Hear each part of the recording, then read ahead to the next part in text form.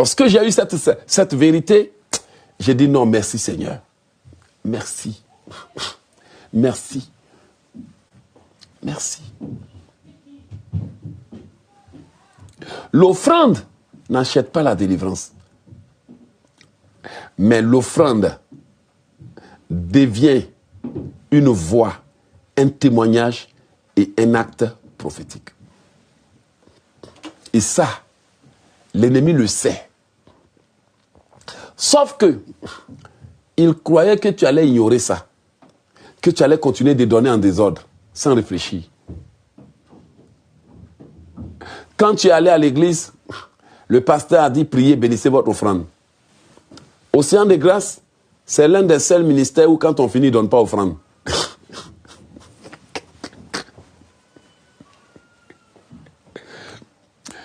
Pourtant, la façon dont ils sont allés à l'église là, nous on est en train de faire église en ligne. On appelle ça télévangéliste. C'est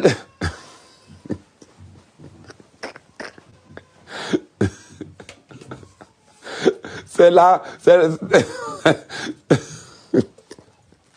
le seul ministère où les fidèles ne donnent pas offrande après le culte. Bonne nuit, frère et loge. Et ils vont dormir. C'est terrible, hein?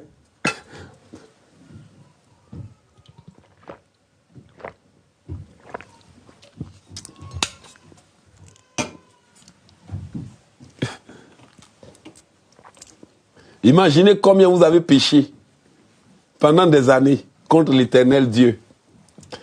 Le seul ministère où on finit et puis chacun se jette sur son lit et puis il s'en fout. Quelle histoire!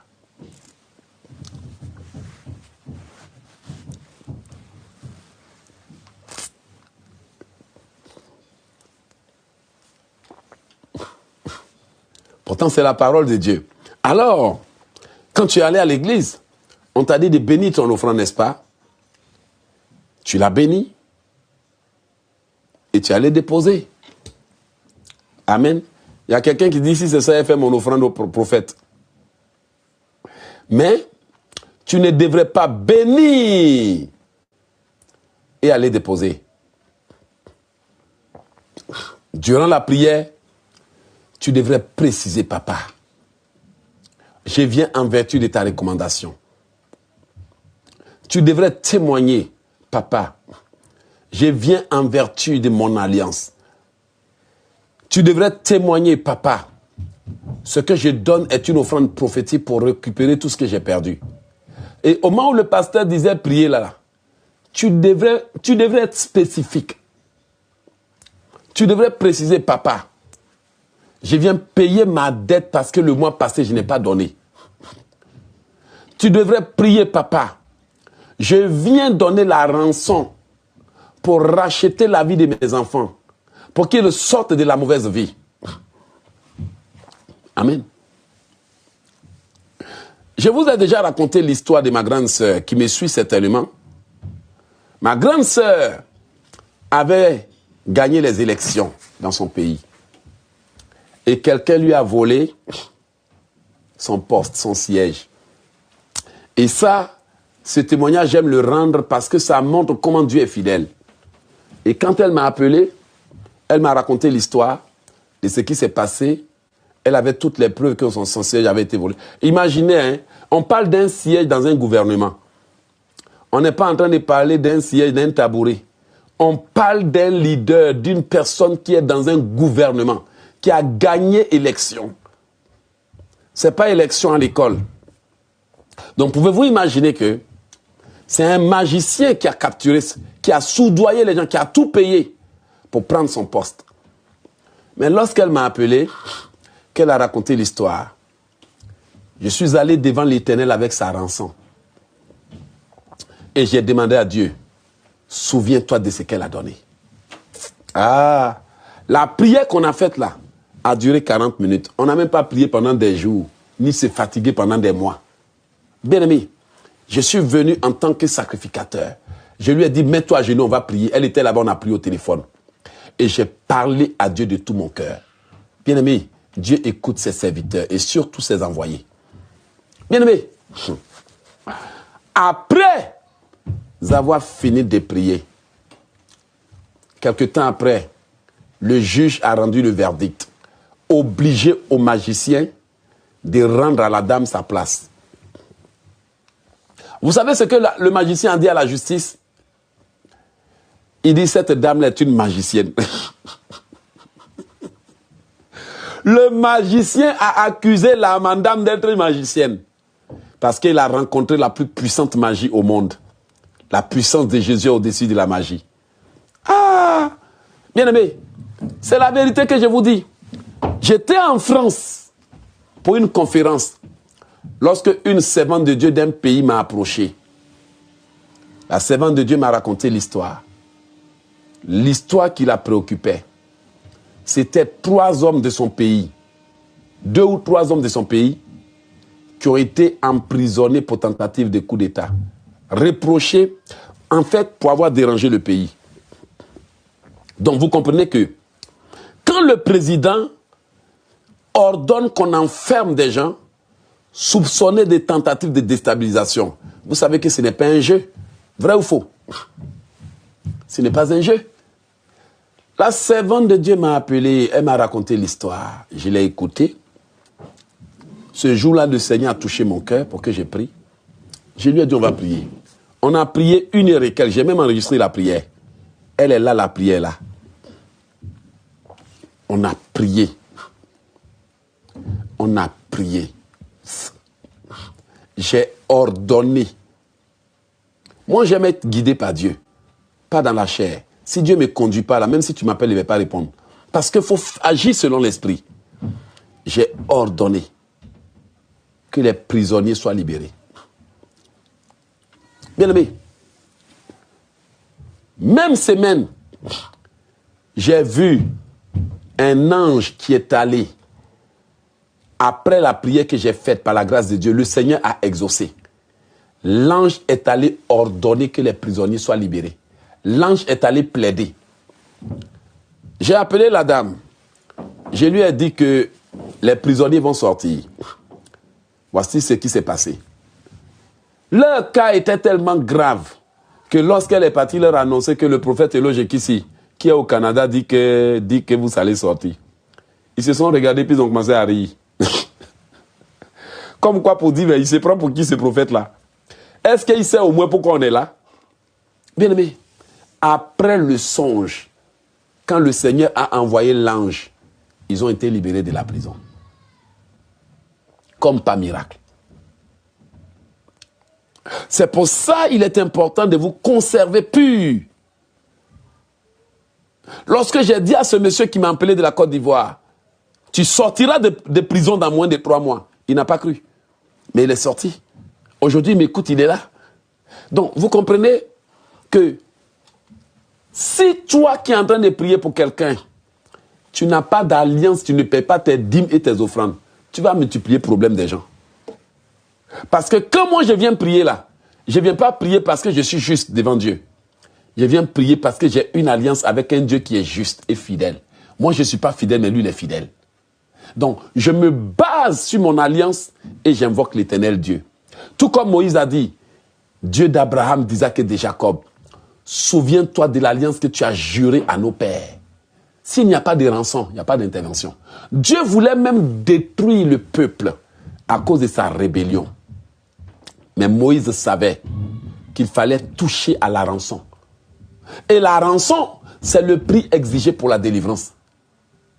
Souviens-toi, Éternel, d'avoir juré par toi-même. Moïse, bien aimé, Moïse n'était pas juste en train de dire, souviens-toi, Éternel. Non, non. Quand Dieu a décrété la destruction, Moïse, souviens-toi, Éternel.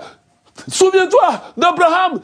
La Bible déclare que Moïse a élevé la voix. Pourquoi l'Éternel détruirait son peuple? Pourquoi les Égyptiens diraient-ils c'est pour les détruire? Reviens de l'ardeur de ta colère. Moïse a imploré. Moïse a plaidé. Moïse... Bien-aimé. Mais toi, tu ne connais pas la parole. Et l'ennemi était en train de te bloquer. Et je suis venu te dire que l'Éternel veille sur sa parole pour l'accomplir. Qu'il accomplisse sa parole dans ta vie aujourd'hui. L'Éternel est notre juge et l'Éternel est notre législateur. Aujourd'hui, là, c'est le jour de ta délivrance. Prends cette vidéo et écris tout ce que je t'ai enseigné. Mets-le en pratique. Même si on dit que tu es vieille, que tu as 56 ans, tu te marieras à 56 ans. Notre Dieu est capable de tout. Le problème, c'est quand tu vas t'asseoir à l'église, on te dit Jésus est Seigneur, tu dis Amen. Mais nous, on veut voir l'œuvre de Jésus dans ta vie. Et puis après, quand tu t'en vas et puis tu es bloqué, tu viens accuser Jésus d'être là à la base. Mais parce qu'on t'a tout simplement dit qu'il est Seigneur, mais on ne t'a pas dit qu'il est venu aussi avec la parole qui est la lumière. Il n'a pas dit qu'il t'a aussi montré la voie qui est la méthode. Vous voyez? Donc, tous autant que vous êtes, et tout autant que vous êtes, tous autant que nous sommes, à partir d'aujourd'hui, on ferme la bouche de l'ennemi. On attend quoi pour commencer? Vrai ou faux? Alors, vous voyez, la vérité profonde que j'ai reçue, c'est que la délivrance se manifeste lorsque le droit de l'ennemi est annulé. Lorsque une base légale est établie en ma faveur et qu'une voix parle pour toi dans le monde spirituel. Vrai ou faux?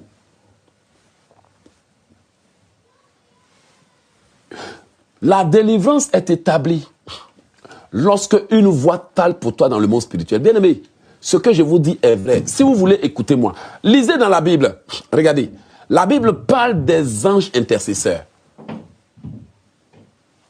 Les gens sont accusés nuit et jour.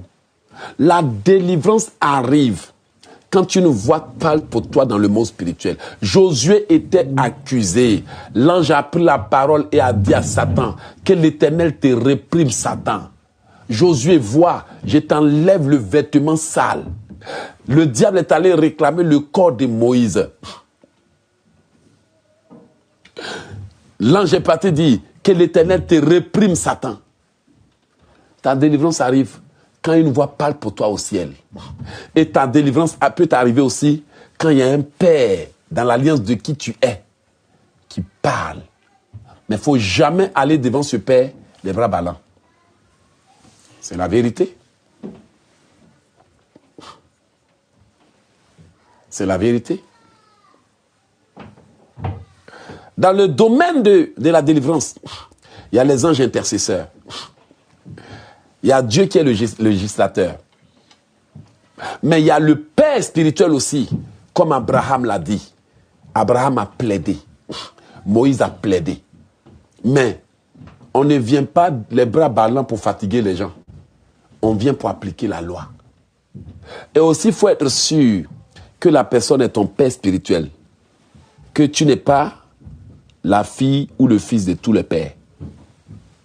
Dieu regarde l'alliance.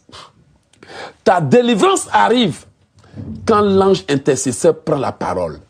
Job 33 dit, mais s'il trouve pour lui, au verset 23, un ange intercesseur d'entre les 1000 qui annoncent à l'homme la voie qu'il doit suivre, Dieu a compassion de lui et dit, délivre-le afin qu'il ne descende pas dans la fosse. J'ai trouvé une rançon. Je me rappelle, peut-être 2022 ou 2023, j'avais été violemment attaqué. C'était en 2023 ou 2024. 2024, si je ne me trompe pas, que Dieu me pardonne si c'est le cas. J'étais attaqué par l'ennemi, bien nous sommes vers la fin, et j'étais attaqué. Je suis allé, j'ai mis mes genoux par terre. Alléluia. Et je savais pourquoi j'avais été attaqué. Et, vous savez, il y a ce qu'on appelle la consécration du Nazaréat. Il y a des gens qui ne savent pas que on les attaque parce qu'ils commettent des erreurs. Moi, j'avais commis une erreur. Et c'est à partir de cette erreur que j'ai compris qu'il y a des choses que je ne dois pas manger. C'est prophétique ce que je dis. Okay. C'est à partir de cette erreur que j'ai compris que quand Dieu t'établit, il y a des fruits que tu ne dois jamais manger. Adam et Ève ne devait pas manger le fruit de l'arbre interdit. Samson ne devrait tout simplement pas raser sa tête. Jean ne devrait tout simplement pas boire d'alcool. Il y a des gens qui ne doivent tout simplement pas tenter Dieu. Comme Jésus. Il y a des gens qui ne doivent tout simplement pas boire. Ou bien il y a des gens qui ne doivent tout simplement pas se fâcher. Ou il y a des gens qui ne doivent tout simplement pas être entourés d'une certaine catégorie de personnes. Ça, c'est interdit. Mais quand tu ne comprends pas ta consécration du Nazaréat, quand tu violes ça, l'ennemi attaque. Et peu importe les millions de choses dans la vie, c'est la seule chose par laquelle ils peuvent t'avoir. Samson pouvait boire et même coucher avec des prostituées. Mais Dieu lui avait tout simplement dit, tu ne couperas pas tes cheveux. Adam et Ève pouvaient manger de tous les arbres. Vous savez ce que ça veut dire? Manger de tous les arbres veut dire, vous pouvez faire tout ce que vous voulez. Mais ça, ne faites pas. Et même avec le peuple d'Israël, Dieu a dit, vous pouvez faire tout ce que vous voulez, mais ces 10 commandements-là, observez, vrai ou faux? Même en tant que chrétien, quand tu es en train de jeûner, Dieu dit, abstiens-toi si tu peux. Vrai ou faux? Donc, il y a toujours cette condition qui accompagne la manifestation et l'appel. Et très souvent, on ne connaît pas ça. Juste à ce que on commence à comprendre qu'il faut demander à Dieu. Sinon, tu seras bloqué pour quelque chose que tu ne sais même pas, alors que ce n'est même pas compliqué. Tu peux être bloqué parce que Dieu dit tes yeux ne doivent pas regarder des choses sales. Et c'est là que le diable te donne un gars avec qui tu te déshabilles, puis tu danses comme ça, tu vois, et puis tu regardes. Mais Dieu a dit non. Non, aucun homme ne doit avoir ta nudité en dehors de ton mariage. Et Satan a regardé et dit, oh, elle a sa nudité sacrée. Et bien, il t'a piégé et tu es tombé dedans. Ou bien Dieu peut dire, toi, ta bouche ne doit pas dire des paroles impures. Et l'ennemi dit, oh, on l'a trouvé. Elle ne doit pas boire d'alcool, elle ne doit pas faire ci et autre. Et ils te mettent un homme sur ton chemin et c'est ce que tu ne dois pas dire là que tu dis. C'est-à-dire qu'ils trouvent un moyen juste à découvrir, oh, ça, voici son interdit. Alcool, colère, bavardage, ceci, cela. Et l'ennemi va s'arranger à mettre quelqu'un dans ta vie, quelqu'un qui va te dire, voilà ça, saison ça. Ils vont envoyer quelqu'un pour t'attirer dedans. Donc si tu ne sais pas, tu tombes dans le piège. Ou bien si tu t'entoures avec quelqu'un qui fait ça, tu tombes dans le piège. Et moi, j'étais entouré de pas mal de personnes qui, vraiment, leur vie chrétienne était terrible.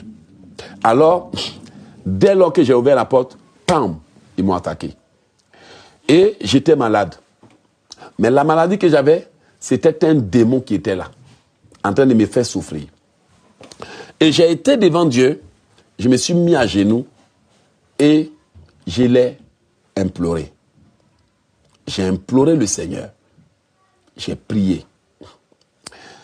Lorsque j'ai prié, en réclamant mon alliance, en brandissant la rançon et la raison pour laquelle l'Éternel devrait agir à ma faveur, le Seigneur m'a transporté dans le monde spirituel pour me montrer ma délivrance. Comment ça s'est passé? Dès lors que la porte avait été ouverte, dans le monde spirituel, on avait capturé mon âme et j'étais emprisonné, quelque part aux États-Unis. Moi, je croyais que j'étais malade sur terre. Mais dans le règne spirituel, c'est parce que j'étais en train d'être torturé dans le monde spirituel. Donc, la maladie, les douleurs, les problèmes que je sentais, c'était cette torture que j'avais dans le monde spirituel. Mais après que j'ai réclamé mon alliance, le Seigneur a montré que je me suis échappé.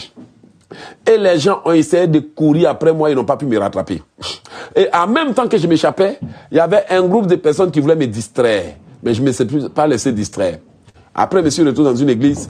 Et dès l'église, je me suis retrouvé dans un jardin d'Éden. Le jardin était beau. Le jardin, c'était un lieu qui avait comme le nom d'un village de mon village. Mais c'était un lieu. Le lieu était tellement beau. Et en plus de ça, il y avait des nouvelles constructions. Et j'ai entendu la voix qui est venue du ciel et dit, voici ce que nous voulons faire et l'ennemi veut détruire ça.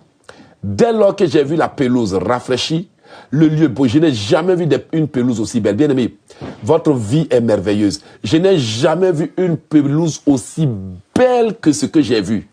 Dès lors que je me suis réveillé, le Seigneur m'a donné une parole par une chanson et il m'a dit, je veille sur mon alliance pour l'accomplir. Alors, ce jour-là, Je suis venu m'asseoir, malgré la douleur pour prêcher. Dès que j'ai dit à tous les mecs qui sont en direct, alléluia, immédiatement, j'ai senti cette force qui était en moi, qui est sortie, sur le champ, j'ai guéri. Sur le champ, j'ai guéri.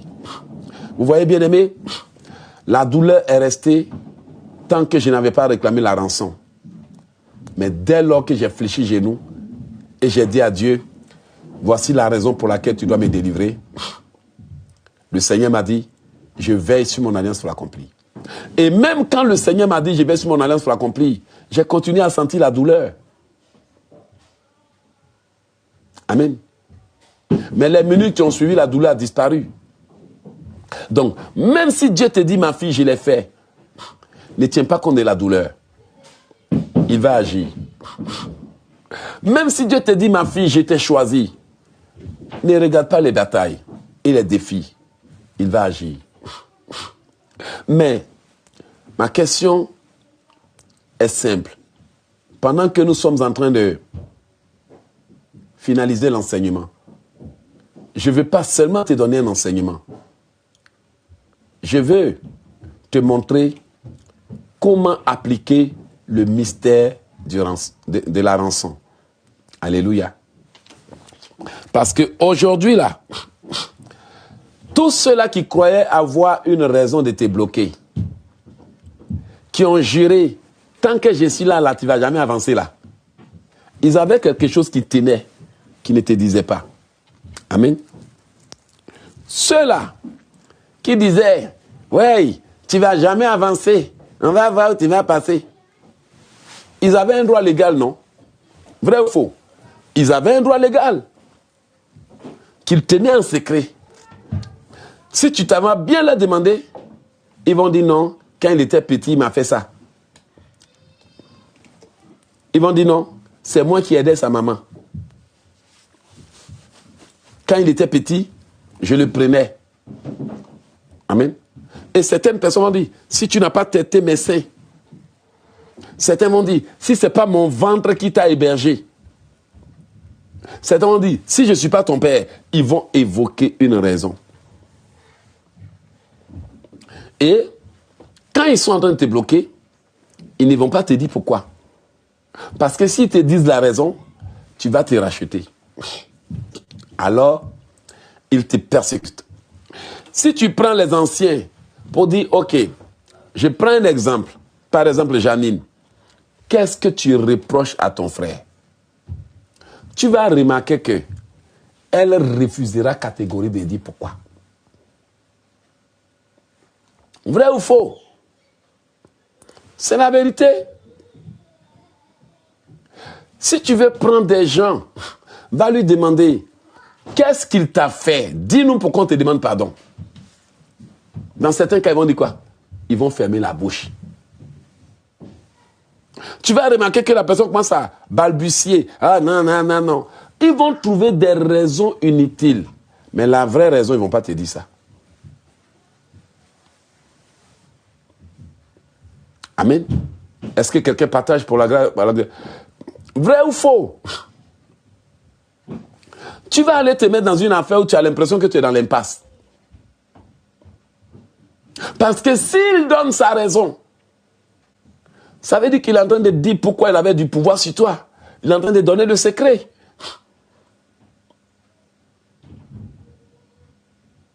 Certains diraient, il ne m'appelle pas. Certains diraient, ouais, c'est parce qu'il est parti, il ne nous donne pas de raison. Certains diraient, c'est parce qu'elle a fait partie des frères de sa maman, mais comme nous, on est la femme de l'œuvre des autres femmes, on ne nous a pas jamais fait naman. Certains diraient, ouais, il était ici, il mangeait chez nous, il est parti, il nous a jamais envoyé l'argent.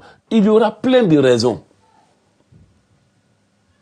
Et la vraie raison, ils vont garder ça. Parfois, il te dit quelque chose, on dit, mais c'est à cause de ça là. Mais la vérité est ailleurs. Pour ouvrir leur cœur, c'est difficile. Parce qu'ils savent que s'ils ouvrent leur cœur, ils seront maintenant désarmés. Ce qui est révélé est condamné. Alors, ils s'asseyent sur ta vie, jusqu'à ce que Dieu dise, voici pourquoi ils font ça. Et à partir de là, ils n'ont plus de pouvoir. Alors,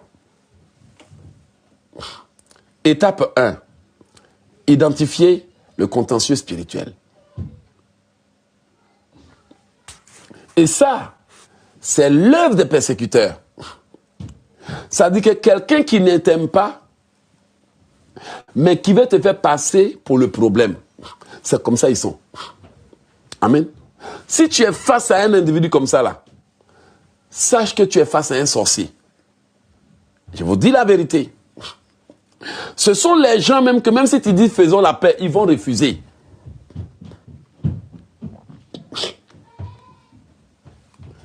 Ce sont des gens, même si tu dis je vais appeler des gens pour qu'on règle l'affaire, ils vont te dire que eux là quand ils seront prêts là, ils vont te dire. Sinon pour l'instant ils ne sont pas prêts.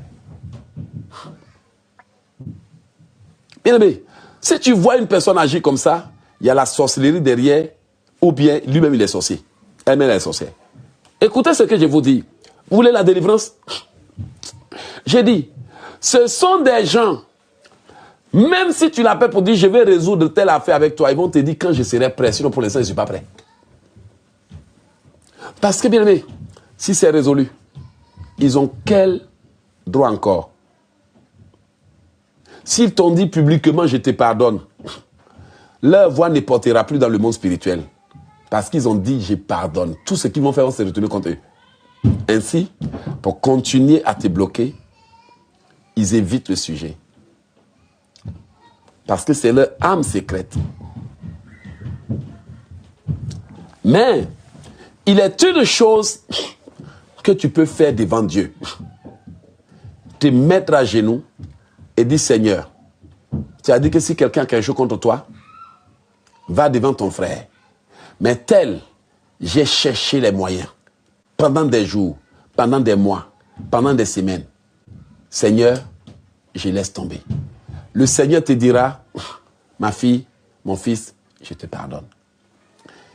Quelqu'un m'en voulait, je ne sais pourquoi. J'ai essayé pendant des mois de résoudre ça. Le monsieur n'était pas prêt à parler. Pourtant, je n'ai rien fait. C'est juste ses fils spirituels qui m'ont salué, qui m'appelaient. Et pour ça, il s'est fâché. Ses fils spirituels. Il s'est fâché parce que ses fils spirituels m'ont offert des vacances. Qui disent que je suis un homme de Dieu, comme je ne me repose pas, on m'offre une vacance. Je suis allé en vacances. Et après, j'ai donné des livres qu'on lui donne. Il a su que les filles m'avaient fait visiter quelque part. Il s'est fâché. Pendant un an, il ne me parlait pas. Et j'ai dit à Dieu, qu'est-ce que j'ai fait? Le Seigneur me dit, il n'y a point de condamnation contre toi. Et j'étais acquitté. Donc, même si la personne ne veut pas du tout faire la paix, alléluia, il faut savoir que Dieu peut t'acquitter.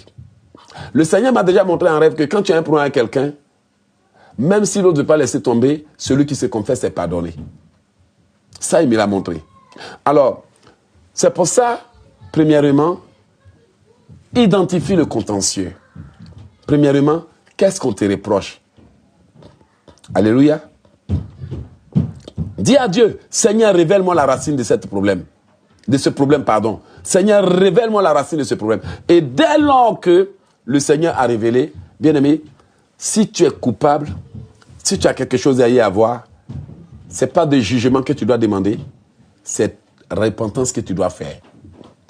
Si Dieu te dit, ta maman a fait ça, ton papa a fait ça, tu es négligent, tu es paresseuse, tu es distraite, tu parles trop, tu donnes trop de secrets, tu te laisses trop avoir, tu laisses trop les gens rentrer dans ta vie. Quand c'est comme ça, là, si tu reproches la négligence et autres, immédiatement, Seigneur, pardonne-moi.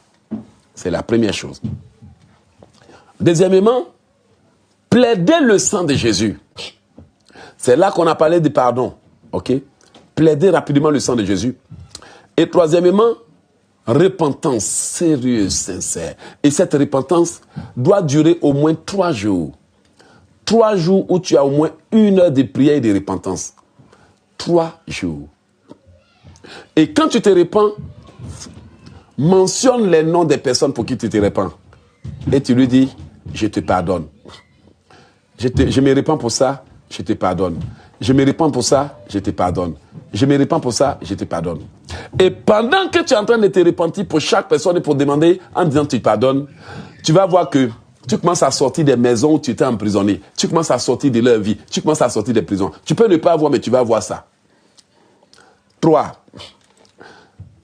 Étape 2, il faut plaider. Je me tiens sur la rançon parfaite, le sang de Jésus. Étape 3, repentance. Seigneur, je ferme toutes les portes que j'ai ouvertes consciemment et inconsciemment. Et étape 4, acte prophétique, offrande, acte de justice, aide. Acte de justice, aide. Pas comme le paiement. On ne peut pas payer Dieu, mais comme le témoin spirituel de ton acte. Comme le témoin spirituel de ton acte. Mais pendant que tu es en train de le faire là, assure-toi que tu as coupé avec le mal. Assure-toi que tu as arrêté les histoires de gars, de go, de copains, de copines. Parce que tu es en train de racheter tout ce que l'ennemi t'a volé à cause du péché. Tu ne peux pas encore rester dans le péché puis le faire. Tu es en train de racheter tout ce que tu as perdu à cause de l'entêtement, de la rébellion. Tu ne peux pas être encore dans les bêtises et puis t'enfoncer. Tu es en train de dire à Dieu, repositionnement dans ma vraie vie. Tu es en train de dire à Dieu, donne-moi ce que j'ai perdu. Tu es en train de dire à Dieu, donne-moi ce qu'on m'a volé à cause de la médisance, à cause du sexe au mariage, à cause de l'adultère, à cause de la colère. Tu ne peux pas encore donner de pouvoir à l'ennemi, n'est-ce pas? Tu es donc obligé, pendant ce moment de restauration prophétique profonde, de changer de vie, de commencer à lire la parole, de commencer à le louer, de commencer à l'adorer, de commencer à lui demander de t'ouvrir les yeux, de te guider. En ce moment, tu vas voir que Dieu va agir dans ta vie. Donc, il faut savoir que l'offrande n'est pas un moyen de paiement. Parce que certains vont donner à des pasteurs en désordre comme si c'était pour payer. Et après, ils reviennent dire à Dieu, moi j'ai donné ci, moi j'ai donné ça, moi ci, moi ça, moi ci, moi ça. Et puis après, ça devient une autre affaire. Mais l'offrande doit être comme un témoin spirituel. Alléluia. Maintenant, étape 5, la déclaration légale. Il faut savoir que dans tout ça là, il faut une déclaration légale. Tout à l'heure, je vous ai parlé de ça, non? Je vais vous donner un exemple de déclaration légale. Où tu annonces à la terre, aux cieux, à tout ce qui vit et respire, tout ce que Dieu a créé et tout ce sur quoi Dieu t'a établi. Tu dis, désormais, je ne suis plus la même personne. Désormais, j'ai confessé le péché qui me bloquait. Désormais, j'ai pardonné aux personnes à qui je ne pardonnais pas. Désormais, j'ai arrêté de fumer. Désormais, j'ai arrêté d'avoir des relations hors mariage.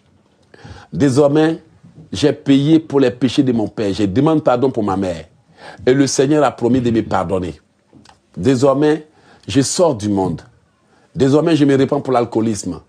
Et je proclame haut et fort qu'il n'y a plus de condamnation pour ceux qui sont à Jésus-Christ.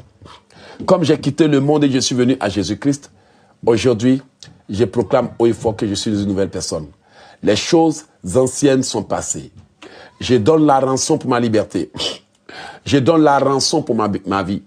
Je donne la rançon pour ma santé. Je donne la rançon pour entrer dans la vraie volonté de Dieu. Je donne la rançon pour déclencher mon miracle. Vous n'avez plus rien contre moi. Toutes les offrandes que vous aviez données pour me condamner sont maintenant annulées aujourd'hui. Toutes les offrandes de condamnation et les autels sont maintenant dépouillés de leur pouvoir. Père, sur la base du sang de Jésus, la rançon parfaite, j'annule toute dette spirituelle réclamée contre ma vie. Toute accusation pèse sa légalité. Toute réclamation est rejetée.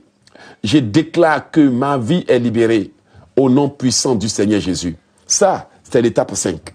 Déclaration haut et fort. Et cette déclaration, tu dois l'écrire et le lire haut et fort. Maintenant, étape 6. Ça, c'est la révélation finale, elle est très puissante. Est-ce que tu es prêt à prendre? Révélation finale puissante. Alléluia. Parce que mon but, c'est de vous aider à faciliter la délivrance. Pas à prier tous les jours à tue-tête, mais sans savoir ce qui vous bloque. Alléluia. Étape 6. Bien-aimés, ce que je viens de vous révéler, c'est une clé rare. Parce que vous allez remarquer que Quand nous venons prêcher, nous annonçons beaucoup de choses. C'est vrai? Nous révélons beaucoup de choses. Quand nous venons prêcher, nous parlons de beaucoup de choses. Et très souvent, les enfants de Dieu sont troublés, sont confus. Alléluia. Sont choqués. C'est-à-dire que ils savent maintenant la vérité. Après avoir tout entendu comme prédication, les témoignages des ex-sorciers, les témoignages des ex-marabouts et des ex-francs-maçons, là, il se dit, mon Dieu, notre monde est terrible. Et la plupart se rendent compte que ce que le gars a dit, j'ai vu ça. Ce que le gars a dit, ça m'arrive. Mais je peux vous garantir. Et ça ne tient qu'à moi. Les enseignements sont limités. Limités à dénoncer. Les enseignements sont limités. Limités à informer. Les enseignements sont limités. Limités à édifier. Maintenant, quand il faut s'en libérer, quand il faut délivrer la vie, quand il faut se débloquer, on est sans réponse. C'est vrai? Quant à je fais quoi maintenant? On est sans réponse. Et même si on te dit fais une offrande, c'est pas expliqué. C'est vrai? Même si on te dit bâtir un hôtel, on ne t'explique rien. Même si on te dit fais une alliance, faut jeûner, rien. Donc le peuple continue de souffrir faute de connaissances. C'est pourquoi mes enseignements, je veille à ce que il y ait des modes d'emploi pour ceux qui ont le temps pour écouter. Alors, voici une clé très rare. Beaucoup prient sans traiter les dossiers spirituels. Il faut traiter les dossiers spirituels. Et quand on parle des dossiers spirituels, il y a des dossiers spirituels dans le domaine financier. S'il y a eu des problèmes financiers, ta famille en aura. S'il y a des dettes, ta famille en aura. Il y a des dossiers spirituels qu'on appelle les dossiers akashiques, les annales akashiques. Si ta maman, tes ancêtres ont maltraité quelqu'un dans le mariage, tu vas vivre ça dans ton mariage. C'est un dossier spirituel. S'il y a beaucoup de mensonges maritaux, beaucoup de mensonges dans ta famille, oh, les hommes vont beaucoup te mentir. C'est un dossier spirituel. Amen. S'il y a des cas d'adultère, des violations, des maltraitances, c'est un dossier spirituel. Il faut faire la liste de toutes ces choses qu'on vit. Et d'ailleurs, même, je vais même produire plus tard, peut-être, si Dieu le veut, une liste complète de choses qui donnent lieu à des condamnations. Je parle de contentieux spirituel. Parfois, une parole banale. Tu as promis à un homme de sortir avec lui. Et tu lui as demandé de t'acheter des habits. À la fin, tu l'as doublé pour quelqu'un d'autre. C'est un contentieux spirituel. Normalement, toute parole manquée, tout acte, toute violation deviennent des contentieux spirituels. Les dettes et même les choses que tu dis, je vais faire ça et puis tu ne fais pas. Oh, un jour je vais aller ici, tu ne vas pas. Oh, un jour je vais voir ça. Mais tout devient... La Bible déclare que dans les derniers temps, chacun confessera au jour du jugement toute parole vaine. Vrai ou faux? Donc, il faut faire la liste. Et puis, un à un, je demande pardon. Pour les dettes, pour les vols de terre, pour les mensonges. Je demande pardon. Pour les faux CV, pour les histoires, pour les trahisons. Si tu ne le fais pas, ça va te rattraper. Et quand ça te rattrape, rien n'empêche ça. Alors, retiens tout ce que je t'ai dit. Beaucoup prient sans traiter le dossier. Vrai ou faux? Et ils crient, mais ils ne règlent pas le contentieux. Alors, l'ennemi vient toujours, il presse, il oppresse, il casse et il détruit. Vous savez, dans le monde spirituel, ce n'est pas le bruit de ta prière qui libère. C'est la légalité de ta position. Alléluia. Dans le monde spirituel, ce n'est pas ton bruit. Bien-aimé, ton bruit peut faire beaucoup de dégâts dans le monde spirituel, mais ne dégagera jamais le chemin de ton mariage. Ton bruit peut faire beaucoup de dégâts dans le camp des sorciers. Mais ça ne débloquera pas ton mariage. C'est vrai? C'est vrai? Ton bruit peut empêcher tes voisins de dormir, ta famille d'avoir la paix. Mais ta destinée peut rester au même endroit. On peut te reconnaître dans la cour comme étant la jeune fille qui prie le plus, mais qui depuis 10 ans n'a pas de travail, on ne sait pas pourquoi. C'est vrai? On peut te reconnaître comme étant la femme là qui est toujours fidèle et tous les dimanches on la voit attacher la tête, aller à l'église. Mais depuis là, on ne sait même pas qu'est-ce qui se passe dans ta vie, pas de travail, rien. Donc, bien-aimé, ce que je te dis est une vérité spirituelle. Dans le monde spirituel, ce n'est pas ton bruit. C'est ta légalité. C'est le pouvoir que Dieu te confère. C'est ta légitimité. Alors, sache que tu ne viens pas payer pour être libéré. Tu appliques ce qui est déjà payé pour être libéré. Tu appliques ce que Dieu veut pour voir ton obéissance. Aujourd'hui, je veux que tu comprennes cela. Tu viens d'avoir une clé majeure. Où maintenant, après avoir suivi tout le processus que je t'ai donné, tu peux te lever et dire, Seigneur, je viens payer la rançon pour ma liberté. Je viens payer la rançon pour mon mariage. Je viens payer la rançon pour ma santé. Je viens payer la rançon pour la libération de mes enfants, pour les études, pour la paix, pour la sécurité, pour la protection. Et bien aimé, je te garantis, dès lors que tu l'as fait, tu viens de fermer la bouche des sorciers pour longtemps. Garde ce secret pour toi. Je suis venu parce que tu en avais besoin. Amen.